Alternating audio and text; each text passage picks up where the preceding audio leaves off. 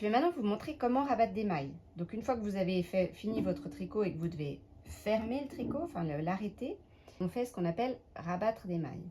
Je vais vous montrer maintenant la méthode la plus usuelle. Il existe différentes méthodes de rabattage, mais si on ne vous précise pas la méthode à utiliser, alors il faut utiliser cette méthode-là, la méthode traditionnelle. Pour rabattre les mailles, je vais les travailler en fait 2 par 2. Donc je vais commencer par tricoter mes 2 premières mailles.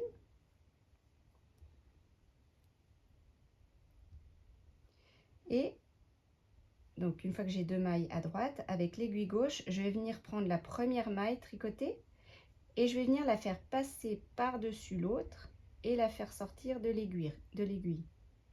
Voilà, là j'ai rabattu une maille. Donc je dois rabattre celle-là, donc je dois travailler 2 par 2. Je tricote la suivante.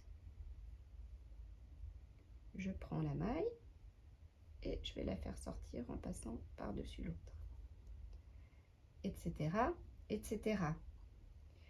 Si vous tricotez à la suisse, ben c'est exactement pareil. Je prends mon fil à gauche, donc je vais tricoter ma maille et je vais venir faire passer, hop, pas du tout comme ce que je suis en train de faire.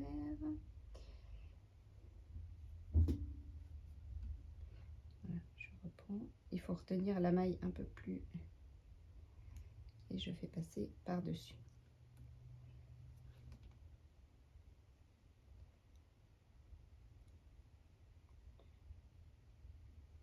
Et voilà. Et je fais ça jusqu'à ce qu'il ne me reste plus qu'une seule maille. Hop là, je reprends.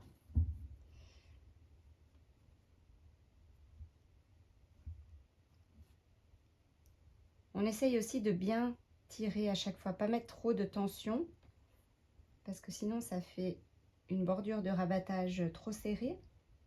Donc là, quand je suis là, je tire bien et je retire l'autre aussi pour avoir quelque chose de fluide. La dernière. Voilà. Et une fois qu'il me reste une maille sur l'aiguille, en fait, je vais venir couper mon fil à, je sais pas, une vingtaine de centimètres et je vais venir le faire sortir de la maille. Voilà, il faut vous imaginer que là, c'est coupé. Le fil va sortir et voilà, votre tricot est rabattu. On a une espèce de tresse comme ça sur la...